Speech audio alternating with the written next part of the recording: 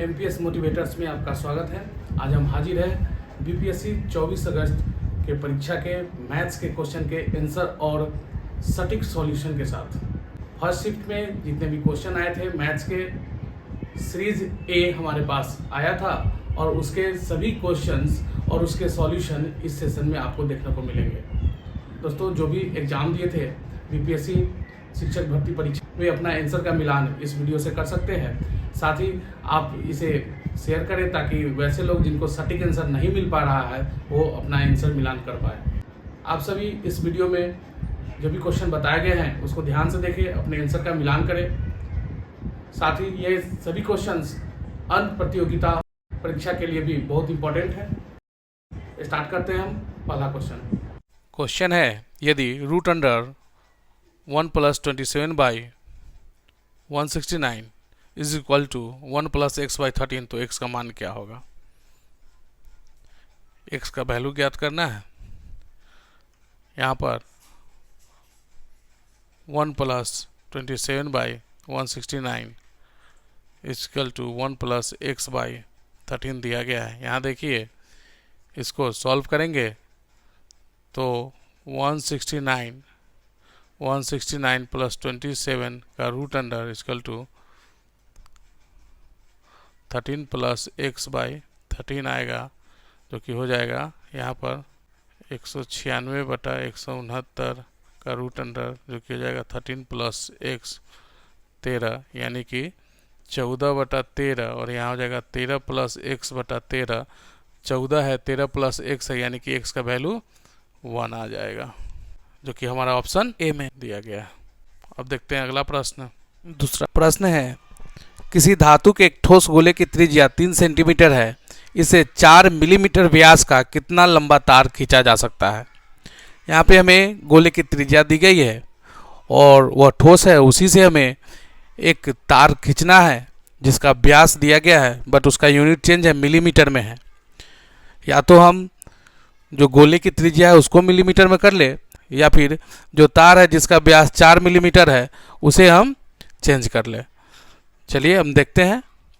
जो तार खींचा जा रहा है वह एक बेलन का काम करेगा और फिर दोनों का आयतन बराबर करके हम लंबाई निकाल सकते हैं, यानी उस बेलन का एच निकाल सकते हैं, हाइट निकाल सकते हैं।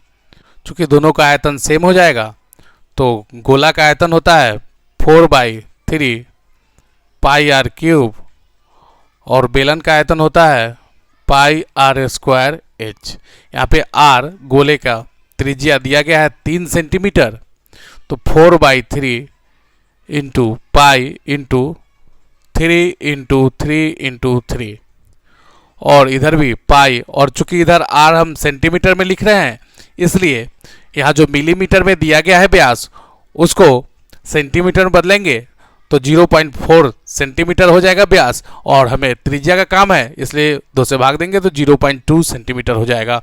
तो r² यानी 0.2 × 0.2 × h, और यही h निकालना है जो हमें तार की लंबाई देगा। तो इसे अब सिंप्लीफाई करते हैं। यहाँ पाई से पाई हम काट सकते हैं, h इक्वल टू हो जाएगा, सिंप्लीफाई करते हैं, 4 × 3 × 3 × 3/3 × 0.2 × 0.2। 3 से 3 कट जाएगा, पॉइंट है ऊपर 10 हो जाएगा, फिर पॉइंट यहाँ से हटाएंगे 10 हो जाएगा ऊपर, 2 से 2 बार में कट गया, फिर 2 से ये 1 बार में कट गया। अब इसको गुना करेंगे तो आ जाएगा 3 × 9 और 2 0, यानी कि 900 सेंटीमीटर। हमारे पास जो भी ऑप्शन दिए गए हैं मीटर में है तो इसे मीटर में बदलेंगे तो 100 से भाग देंगे तो 9 मीटर हमारा आंसर आ जाएगा, जो कि ऑप्शन बी में दिया गया है। 9 मीटर आंसर सही है। थर्ड क्वेश्चन, एक फर्नीचर विक्रेता को 30 कुर्सियों के बेचने पर 6 कुर्सियों के विक्रय मूल्य के बराबर हानि होती है, उसकी प्रतिशत हानि ज्ञात करें। यहाँ पर यदि एक कुर्सियों का विक्रय मूल्य 1 रुपया मान लें तो 30 कुर्सियों का विक्रय मूल्य 30 रुपया हो जाएगा और 6 कुर्सियों का विक्रय मूल्य 6 रुपया हो जाएगा। यह विक्रय मूल्य हो गया और यह हानि हो गई, तो हमारा क्रय मूल्य क्या हो जाएगा। क्रय मूल्य बराबर होता है विक्रय मूल्य प्लस हानि, यानी कि 36। और जब क्रय मूल्य पता है, हानि पता है, तो हम हानि प्रतिशत निकाल सकते हैं, हानि बटा क्रय मूल्य गुने 100, यही हमारा आ जाएगा 6 36 6 बार में, और इसको काटेंगे तो 50/3 जो कि हो जाएगा 16.2/3%, जो हमारा ऑप्शन सी में है। अब देखते हैं अगला प्रश्न। अगला प्रश्न है, 2 अंकों की एक संख्या के अंकों का गुणनफल 36 है। यदि संख्या में से 45 घटा दिया जाए तो अंक आपस में बदल जाते हैं। संख्या है दोस्तों, यहाँ ऑप्शन में 84, 73, 49 उपयुक्त में से एक से अधिक उपयुक्त में से कोई नहीं दिया गया है। यहाँ देखिए 8 चौका 32, 7 त्रिक 21, 4 नवा 36, मात्र एक ऑप्शन ऐसा है जिसके अंकों का गुणनफल 36 आ रहा है, लेकिन उसमें से यदि हम 45 घटाते हैं तो हमें 4 आएगा, यानी कि अंकों का स्थान नहीं बदला। यदि 94 रहता तो हमारा आंसर सही होता, क्योंकि 94 में से यदि 45 घटाते हैं तो 49 आ जाता, और 9 चौका 36 भी होता है, लेकिन यहाँ पे ऑप्शन दिया गया नहीं है, इसलिए हमारा ऑप्शन उपयुक्त में से कोई नहीं बिल्कुल सही हो जाएगा। यदि a plus B plus C is equal to 0 है तो a square by B C plus B square by C A plus C square by A B का मान क्या है। बार बार ऐसा आपको बताया गया था, इस टाइप के क्वेश्चन 4-5 क्वेश्चन हम करवाए हुए हैं। जब a plus B plus C is equal to 0 दिया रहे तो हमारे जहन में एक सूत्र तुरंत आ जाता है, जो है a cube plus b cube plus c cube equal to 3abc। तो यहाँ पे इसे हम सिंप्लीफाई करेंगे, a square by B C plus B square by C A plus C square by A b है, b c c a B b LCM a b c हो जाएगा, ए square है बी सी में बी सी से भाग देंगे, ये आएगा, यहाँ ए क्यू हो जाएगा, ठीक उसी प्रकार यहाँ बी क्यू हो जाएगा और यहाँ सी क्यू हो जाएगा। और चूंकि हम जानते हैं a cube plus b cube plus c cube equal to 3abc होता है जब a plus B plus c equal to 0 दिया रहा है, 3abc, और नीचे में हमारा है abc, से abc कट गया जो कि हमारा 3 आ गया, ऑप्शन नंबर सी है। अब देखते हैं अगला प्रश्न। प्रश्न है 4 का पावर x प्लस 1 प्लस 4 का power 1 minus X is equal to 10 का हल है, यानी यहाँ पे हमें x का मान निकालना है। तो 4 का पावर x प्लस 1 प्लस 4 का पावर 1 माइनस एक्स बराबर 10 दिया गया है। इसे हम लिख सकते हैं 4 का power x into 4 plus 4 by 4 का पावर x टू 10। यहाँ पे 4x को मान लेते हैं, 4x को y मानकर हम सॉल्व करते हैं, y into 4 plus 4 by Y is equal to 10, जो कि हो जाएगा 4y square plus 4 is equal to 10, 4y square plus 4 10y, 4y square plus 4 minus 10y is equal to 0। दो सब में से कॉमन ले सकते हैं हम, तो 2y square plus 2 minus 5y is equal to 0। 5y को बीच में लाएंगे, उसका फैक्टराइज इसको कर सकते हैं, इस प्रकार हम 2y स्क्वायर माइनस 5y को लिख सकते हैं minus 4y minus y plus 2 is equal to 0। 2y common हो जाएगा तो y माइनस 2, यहाँ पे माइनस 1 कॉमन लेंगे तो y माइनस 2 तो 0, तो आ जाएगा y माइनस 2 और 2y माइनस 1 इजकल टू 0। तो यहाँ पे y इजकल टू 2 आएगा और इसको लेंगे तो y इजकल टू 1/2 आएगा। दो तरीका का आ गया हमें, y बराबर 2 और y इजकल टू 1/2। अब हम y माने हैं 4 का पावर x को y माने हैं, तो इसके जगह पे हम 2 और इसके जगह पे फिर 1/2 रख के देखते हैं x का क्या क्या मान आता है। पहले 4 का पावर x इजकल टू 2 रखते हैं, तो इसे हम लिख सकते हैं 4 का पावर x यानी कि 2 का स्क्वायर का पावर x यानी कि 2x कर सकते हैं डायरेक्ट, 2 का पावर 1 लिख सकते हैं यानी कि 2x इजकल टू 1। जब बेस सेम है तो पावर को भी सेम कर सकते हैं, तो x बराबर 1/2। फिर जब 1/2 रखेंगे 4 का power x is equal to 1/2 जब रखेंगे तो इसे हम लिख सकते हैं 4 का power x into 2 is equal to 1। 4 का पावर x को लिख सकते हैं 2 का स्क्वायर का पावर x यानी कि हो जाएगा 2 का पावर 2x इंटू 2 का पावर 1 और 1 है तो किसी भी चीज़ का पावर 0 रहता है तो 1 आता है, तो 2 का पावर 0 लिख सकते हैं यहाँ पर। अब इधर हम देखेंगे 2 का power 2x plus 1 is equal to 2 का पावर 0, बेस सेम है तो पावर को सेम कर देंगे। 2x प्लस 1 इजकल टू 0, तो x का वैल्यू हो जाएगा +1 हो जाएगा -1 और 2 भाग मिल जाएगा -1/2, यानी x का वैल्यू 1/2 और -1/2। यहाँ ऑप्शन में -1/2 भी है और +1/2 भी है, यानी 2 आंसर है, इसलिए इसका ऑप्शन डी हो जाएगा उपर्युक्त में से एक से अधिक। अब 7वां प्रश्न है, x³ - 3x² + x + 2 को एक बहुपद gx से विभाजित करने पर भागफल और शेष क्रमशः x² - x + 1 और -2x + 4 है, तो gx क्या है। यहाँ पे हमें भाज्य दिया गया है, भागफल और शेषफल भी प्राप्त है, तो हमें भाजक ज्ञात करना है। भाजक क्या होता है, भाज्य में से पहले शेषफल को घटाएंगे और फिर भागफल से भाग देंगे तो हमें भाज्य प्राप्त हो जाएगा। तो इसे इस प्रकार बना सकते हैं, x³ - 3x² + x + 2, जो शेष है उसको घटाते हैं, -2x + 4, घटाने पर नीचे का साइन बदलेंगे तो प्लस का माइनस हो जाएगा, माइनस का प्लस हो जाएगा, हमें आ जाएगा +2 - 4 -2 + x + 2x + 3x -3x² x³। अब इसे हम जो भागफल दिया गया है उससे भाग दे देंगे तो हमारा भाजक प्राप्त हो जाएगा। x² - x + 1 से भाग देंगे तो यहाँ पे हमें आ जाएगा, x से करेंगे तो x³ - x² + x, प्लस का माइनस, माइनस का प्लस, प्लस का माइनस हट जाएगा, माइनस प्लस यानी कि -2x² हो जाएगा, यहाँ पे +2x हो जाएगा, -2 हो जाएगा। अब यहाँ x² है, -2x² है, -2 से कर देंगे तो -2x² + 2x -2, साइन बदलेगा, कट गया, यानी कि हमारा x - 2 जो कि ऑप्शन ए में है बिल्कुल सही है। 8वां प्रश्न है, एक खिलौना एक शंकु के आकार का है जो 7 सेंटीमीटर व्यास वाले एक अर्धगोले पर चढ़ा हुआ है। खिलौने की कुल ऊंचाई 14.5 सेंटीमीटर है, तो खिलौने का आयतन क्या होगा। दोस्तों, ऐसे ही प्रश्न हम पहले भी अपने वीडियो में लाए थे जिसमें 7 सेंटीमीटर त्रिज्या का यूज किया गया था, यहाँ पे 7 सेंटीमीटर व्यास है। तो इसको देखते हैं, एक अर्धगोला है जिस पर एक शंकु है और इस दोनों का आयतन निकालकर जोड़ेंगे तो हमें खिलौने का आयतन प्राप्त हो जाएगा। अर्धगोले पर शंकु देखते हैं, अर्धगोला का आयतन होता है 2/3 πr³ और शंकु का होता है 1/3 πr²h।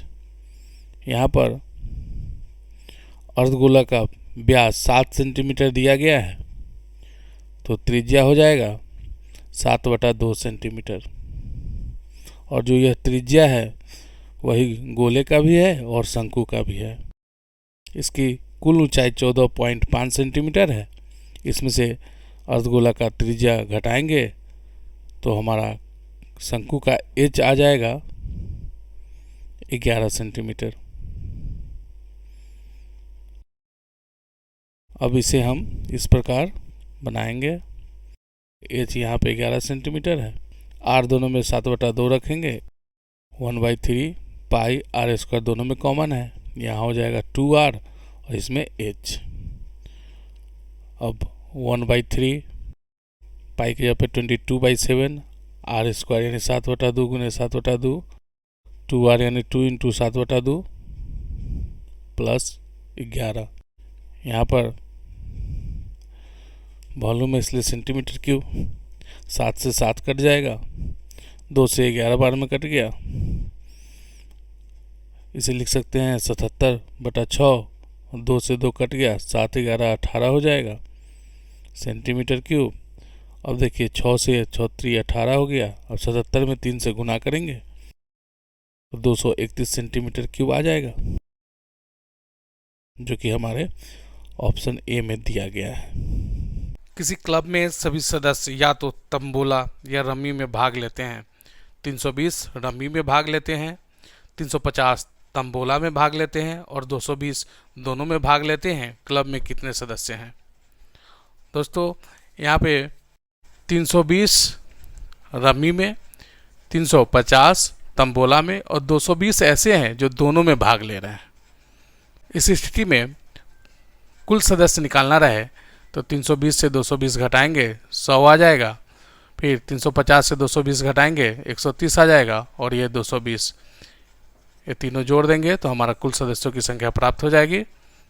तो हो जाएगा 450, जो कि ऑप्शन सी में दिया गया है। बिल्कुल सही है। 10वां प्रश्न है, 2 वर्ष पहले एक ही आयु के व्युत्क्रम और अब से 2 वर्ष बाद उसकी आयु के व्युत्क्रम का योग 2/3 है, तो एक की वर्तमान आयु क्या होगी? माना कि उसका वर्तमान आयु x है, तो 2 वर्ष पहले x-2 और 2 वर्ष बाद x+2 हो जाएगा। प्रश्न से 2 वर्ष पहले का व्युत्क्रम हो जाएगा 1/x-2 और 2 वर्ष बाद का व्युत्क्रम हो जाएगा 1/x+2 इक्वल टू 2/3। यहाँ से हम x का वैल्यू निकाल देंगे, वर्तमान आयु निकल जाएगा। तो ये नीचे एलसीएम लेंगे, a minus B A plus B तो आ जाएगा a² माइनस b² यानी कि x² - 4 और यहाँ पे हो जाएगा x+2 और x-2 तो 2/3 +2 - 2 कट गया 2x आएगा। यहाँ पे गुना करेंगे 6x और इधर हो जाएगा 2x² - 8। इसे हम वैल्यू निकालेंगे तो हो जाएगा 2x² - 6x - 8 is equal to 0। 2 common है, हटा देंगे तो x² - 3x - 4 is equal to 0 और यहाँ पर इसका फैक्टराइज करेंगे तो आएगा x² - 4x plus x - 4 is equal to 0। Common लेंगे तो x - 4 प्लस 1 कॉमन लेंगे तो x - 4 इज इक्वल टू 0 आ जाएगा। x - 4 into x+1 is equal to 0। अब जब हम x+1 लेंगे तो x बराबर -1 आएगा, जो कि इम्पॉसिबल है। x - 4 लेंगे तो x बराबर 4 आएगा, यानी कि हमारा x बराबर 4, यानी कि उसका वर्तमान आयु 4 वर्ष सही है। इसको हम इस तरह ना बना के डायरेक्ट ऑप्शन में देखकर भी बना सकते थे। जो ऑप्शन दिए गए थे तो 4 वर्ष सही हो जाता। 4 का 2 वर्ष पहले 2 करते और फिर 4 का 2 वर्ष बाद यानी 6 करते, तो 1/2 और 1/6 दोनों को जोड़ते तो हमारा 2/3 आ जाता। उस प्रकार भी बना सकते थे सभी ऑप्शन से देख के। प्रश्न है के किस मान के लिए समीकरण निकाय x - ky is equal to 2 और 3x + 2y is equal to -5 का एक अनूठा हल है। एक अनूठा हल, एक यूनिक आंसर सॉल्यूशन के लिए हम जानते हैं कंडीशन होता है a1/a2 not equal to b1/b2। वहाँ से हम इसका मान प्राप्त करते हैं। यहाँ दिया गया है x - ky is equal to 2, 3x + 2y is equal to -5। तो a यहाँ पे 1 हो जाएगा, b - k हो जाएगा, फिर यहाँ पे 3 हो जाएगा और यहाँ पे 2 हो जाएगा, यानी 1/3 नॉट इक्वल टू होना चाहिए -k/2 के। तो यहाँ हम देख रहे हैं सिंप्लीफाई करने पर k is equal to 2/3, minus में माइनस साइन है, नॉट इक्वल टू k का वैल्यू -2/3 के बराबर नहीं होना चाहिए। इसके अलावा कुछ भी अगर होता है तो हमारा आंसर सही हो जाएगा, यानी एक अनूठा हल हो जाएगा। यहाँ पे ऑप्शन में दिया गया है -2/3 है, तो कुछ लोग गलती कर दिए होंगे, -2/3 लगा दिए होंगे, लेकिन हमारा कंडीशन होता है a1/a2 not equal to b1/b2, यानी कि k जो है नॉट इक्वल टू -2/3 होना चाहिए। यानी -2/3 के अलावा कुछ भी हो सकता है, 1, 2 हो सकता था। तो हमारा यहाँ आंसर डी हो जाएगा, उपयुक्त में से एक से अधिक। प्रश्न है, एक वृत्त की त्रिज्या 14 सेंटीमीटर है और एक त्रिज्यखंड का क्षेत्रफल 102.7 सेंटीमीटर स्क्वायर है। त्रिज्यखंड का केंद्रीय कोण क्या है? सेंट्रल एंगल ज्ञात करना है। हमारे ऑप्शन भी दिए गए हैं, लेकिन इसे हम बनाकर पहले देख लेते हैं। त्रिज्यखंड का क्षेत्रफल होता है π² θ/360 डिग्री। यहाँ पे हमें प्राप्त है 102.7 सेंटीमीटर स्क्वायर और रेडियस यहाँ पे हमें 14 प्राप्त है। तो 22/7 into 14 into theta by 360 degree is equal to 102.7। यहाँ से हम थीटा का वैल्यू निकाल सकते हैं 102.7 गुने 360 गुने 7 जो भाग में है गुना में, जो गुना में है भाग में, 22 गुने 14 गुने 14। इसको सिंप्लीफाई करेंगे तो हमें यहाँ पॉइंट हटा देंगे तो यहाँ नीचे 10 हो जाएगा। 0 से 0 कैंसिल कर देते हैं। 7 2 जा 14, 2 18 जा 36। फिर यहाँ पे काट सकते हैं 2 9 18, 2 7 14। अब 1027 में 9 से गुना करेंगे जो कि आ जाएगा 9243। उसमें भाग दे देंगे 22 154 से जो कि हमारा आ जाएगा अप्रॉक्स 60.01 लगभग आ जाएगा। तो यहाँ पे ऑप्शन में दिया गया है 60 डिग्री, तो हमारा ऑप्शन हो जाएगा बी 60 डिग्री। प्रश्न है 15,625 रुपये का 16% वार्षिक ब्याज की दर से 9 माह का चक्रवृद्धि ब्याज क्या होगा जबकि ब्याज तिमाही देय होता है। तो जैसा कि हम जानते हैं जब ब्याज तिमाही देय हो यानी क्वार्टरली हो तब उस स्थिति में रेट को 4 से भाग देते हैं और टाइम को 4 से गुना करते हैं। यहाँ हम देखते हैं कि प्रिंसिपल दिया गया है 15,625 और रेट है 16% जो कि 4 से भाग देने पर हो जाएगा 4%। उसके बाद टाइम दिया गया है 9 महीना यानी 9/12 3/4 दिया गया है जो कि हो जाएगा 4 से गुना करने पर 3। तो अब फार्मूला पे हम बैठाते हैं। चक्रवृद्धि ब्याज ज्ञात करना है। चक्रवृद्धि ब्याज का फार्मूला होता है P इंटू 1 + R/100 का पावर n माइनस P हो जाएगा 15,625 गुने 1 + 4/100 3 माइनस 15,625 जो कि हो जाएगा 4 से ही कट जाएगा 25 यानी कि 25 1 26/25 15,625 गुने 26/25 का क्यूब।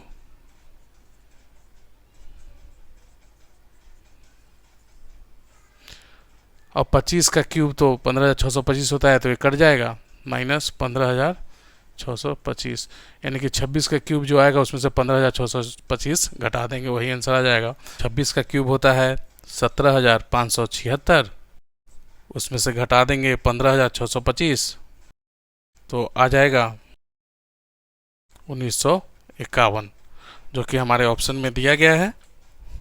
हमारा ऑप्शन बी बिल्कुल सही है।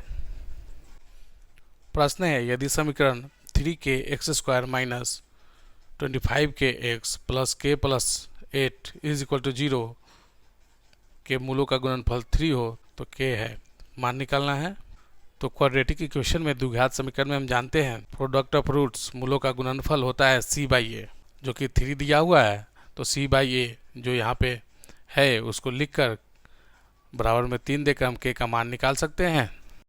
3k x² minus 25k x plus k plus 8 is equal to 0 दिया हुआ यहाँ पे यह c हो गया और यह a हो गया।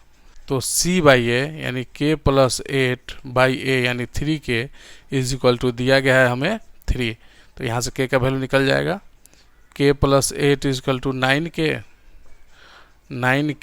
प्लस के उधर जाएगा माइनस k बराबर 8। तो 8k is equal to 8 therefore k is equal to हो जाएगा 8/8 जो कि 1 हो जाएगा हमारे ऑप्शन ए में दिया गया है। बिल्कुल सही। अब देखते हैं क्वेश्चन नंबर 15। हमारा प्रश्न है log √2 32 का मान है। यहाँ पे बेस √2 दिया गया है। इसमें कुछ लोग कंफ्यूज कर गए होंगे,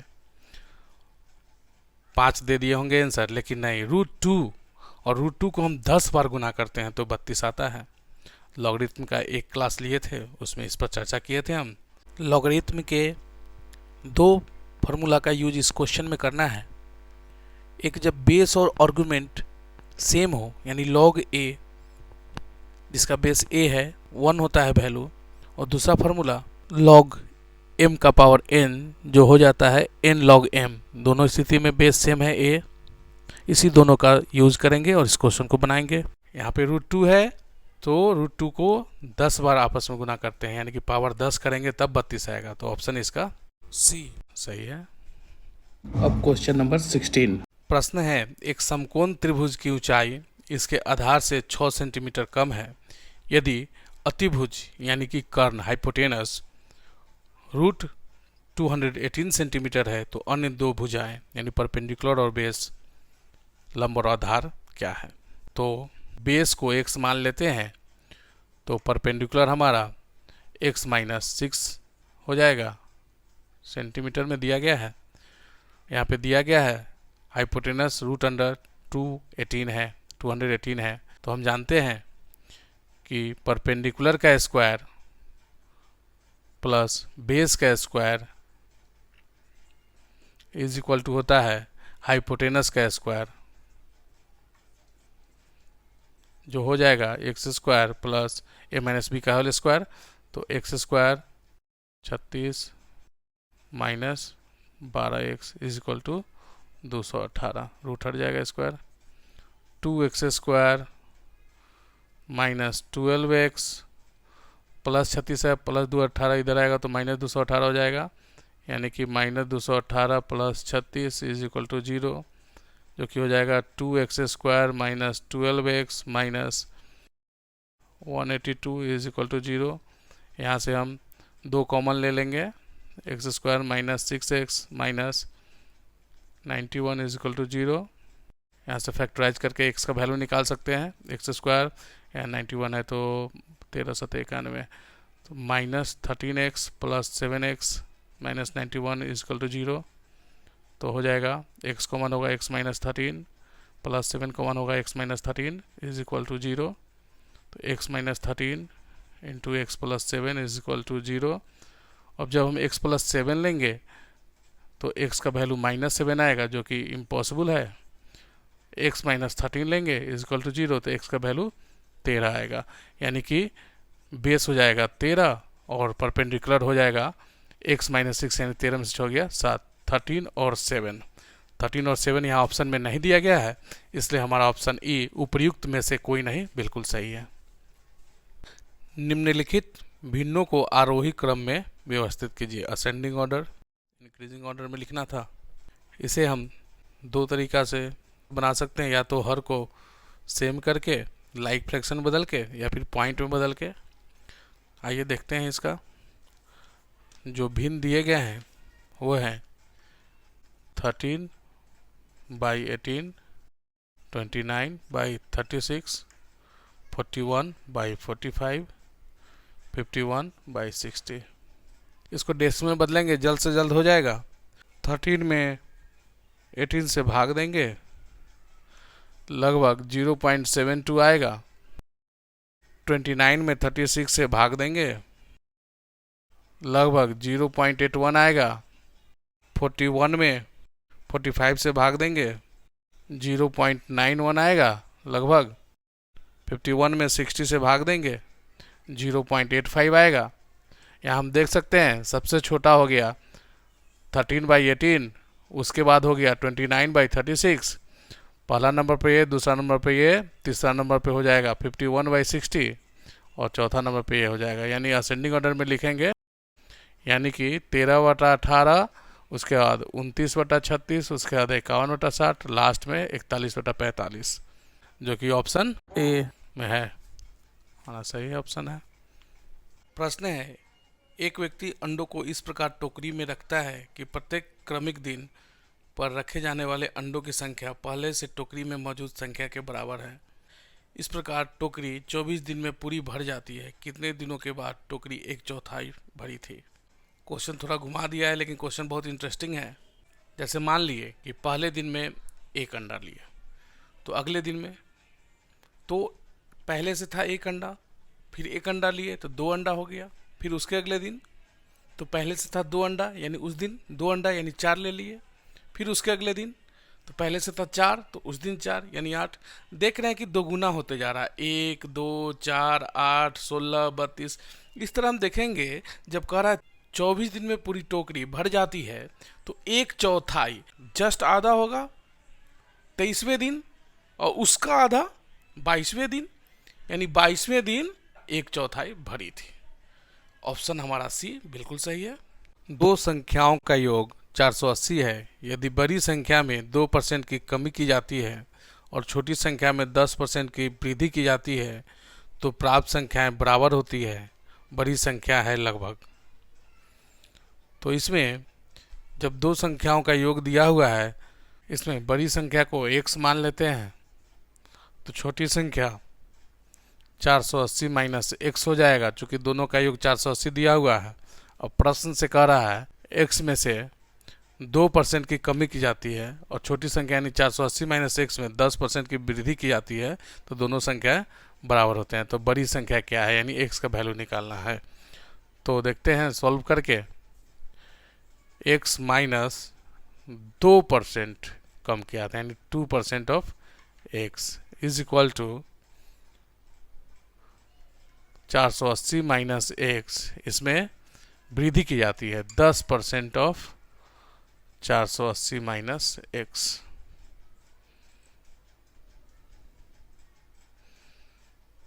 इसको सिंप्लीफाई करेंगे, x minus 2/100 is equal to 480 minus x plus 10/100 into 480 minus x, जो कि हो जाएगा, यहाँ पे सिंप्लीफाई करेंगे 100x minus 2x equal to 480 minus x।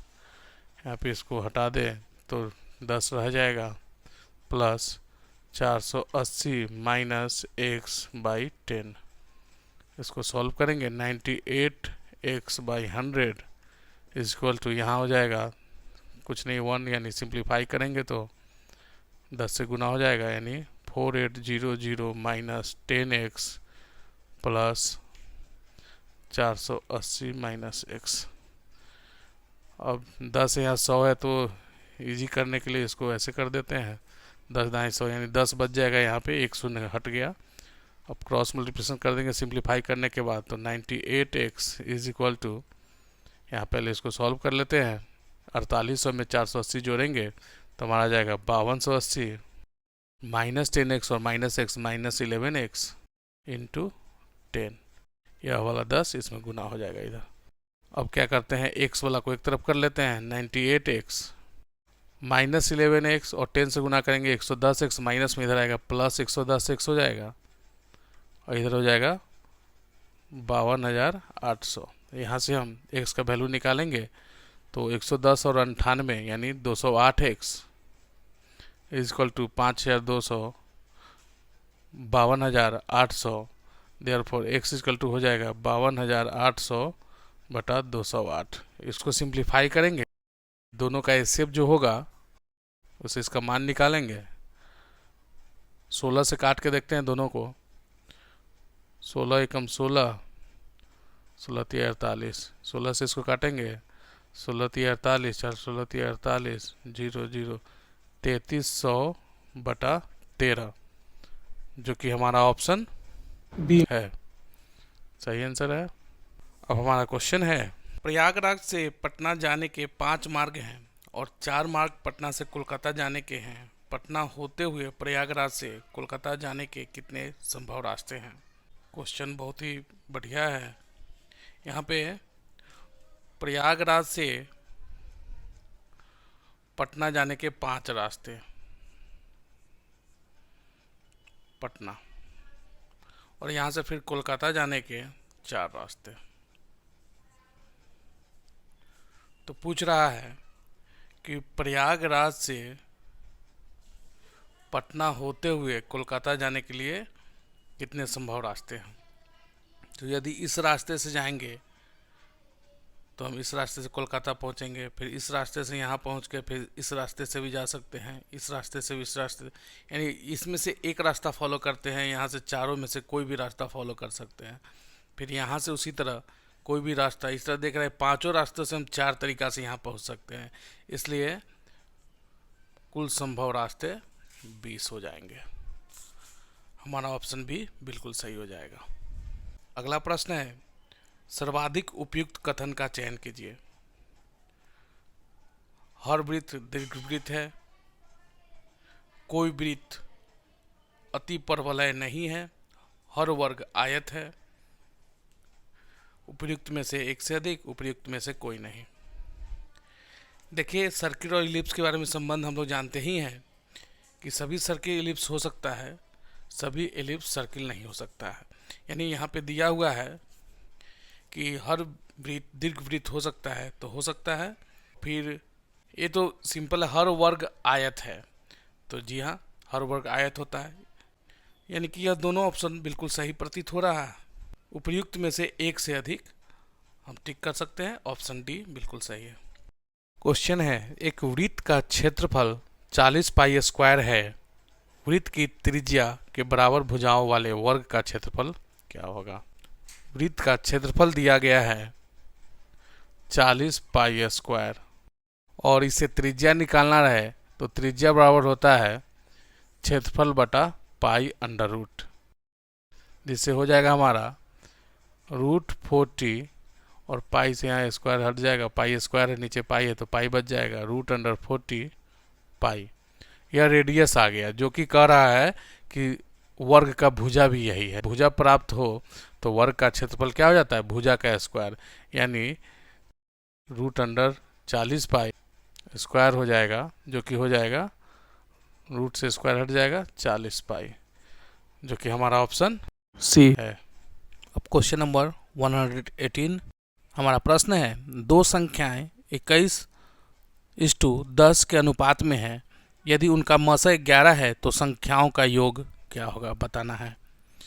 यहाँ हमें दिया गया है, रेशियो दिया गया है 21:10 और मसा यानी HCF 11 है, इसलिए संख्याएं क्या हो जाएंगे 21 × 11, जो कि आ जाएगा 231।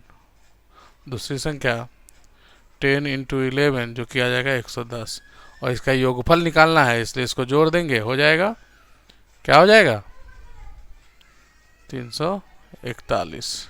अतः हमारा ऑप्शन ए सही है। अब प्रश्न संख्या 119। प्रश्न है, एक स्मार्टफोन को P रुपए में बेचने पर 10% का लाभ होता है और स्मार्टफोन को Q रुपए में बेचने पर 4% की हानि होती है, तब P/Q है। यहाँ पर दो कंडीशन दिए गए हैं, दोनों में विक्रय मूल्य पता है, एक में 10% लाभ है और एक कंडीशन में 4% की हानि है, तो हमें P/Q का अनुपात ज्ञात करना है। तो P और Q को दोनों को विक्रय मूल्य वाले सूत्र पे बैठाएंगे, जिसमें क्रय मूल्य दिया रहे, लाभ या हानि दिया रहे तो निकालने का, और तब दोनों का अनुपात ज्ञात कर देंगे। P = पहले 10% लाभ पर तो 100 + 10/100 × CP, यानी कि 110/100 CP। Q = 4% हानि है, 100 - 4/100 × CP = 96/100 × CP। अब हमें P और Q का अनुपात निकालना है, इसलिए P/Q = हो जाएगा 110/100 CP = 96/100 CP, जो कि सिंप्लीफाई करने पर आएगा 110/100 CP × 100/96 CP, जो कि रेशियो रहता है तो भाग में का गुना बदलते हैं और रेसिप्रोकल लिखा जाता है।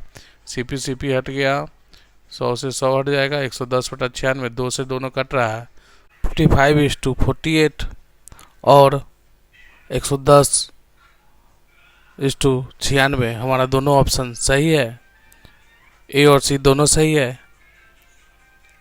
अतः हम वन ऑफ द अबव यानी एक से अधिक वाले ऑप्शन को सही करेंगे। हमारा ऑप्शन डी सही है। अब देखते हैं अगला प्रश्न। प्रश्न संख्या 120। एजुकेशन शब्द के अक्षरों को कितने प्रकार से व्यवस्थित किया जा सकता है ताकि स्वर एक साथ आ जाए? तो फैक्टोरियल का क्वेश्चन है, इसे हमने पहले भी देखा था, देखते हैं। एजुकेशन, इसमें देख लेंगे वॉवेल्स कितने हैं। E, U, A, I, O. Total vowels की संख्या 5। इसमें कॉन्सोनेंट्स कितने हैं? डी, सी, टी और एन, 4। हमें यहाँ पूरा वॉवेल्स को एक साथ व्यवस्थित करने की बात कही गई है, इसको एक मान लेते हैं और यहाँ पे ये है 4। तो वॉवेल्स को एक जगह लिखने की बात है, तो इसका आंसर हो जाएगा 4 और 1 5 यानी फैक्टोरियल 5 गुने 5 वॉवेल्स है इसलिए फैक्टोरियल 5। हम पहले भी चर्चा किए थे, इसी में यदि कोई रिपीटर हो जाता तो उसमें हम डिवीजन कर देते। जैसे एक ही लेटर 2 बार आ जाता तो फैक्टोरियल 2 से भाग दे देते। इसमें एक ही लेटर 2 बार 3 बार आ जाता, जितनी बार आता फैक्टोरियल उतना से हम भाग दे देते। तो इसको देखते हैं क्या हो जाएगा। 5 × 4 × 3 × 2 × 1 to 5 × 4 × 3 × 2 × 1, इसको मल्टीप्लाई करेंगे तो हमारा सॉल्यूशन आ जाएगा 14,400, जो ऑप्शन बी में है। आप सभी इस वीडियो में जो भी क्वेश्चन बताए गए हैं उसको ध्यान से देखें, अपने आंसर का मिलान करें, साथ ही आप इसे शेयर करें ताकि वैसे लोग जिनको सटीक आंसर नहीं मिल पा रहा है वो अपना आंसर मिलान कर पाए। फिर थोड़ी देर बाद हम मिलते हैं आपसे अगले सेशन में सेकेंड शिफ्ट के मैथ्स के क्वेश्चन, आंसर और सॉल्यूशन के साथ। धन्यवाद।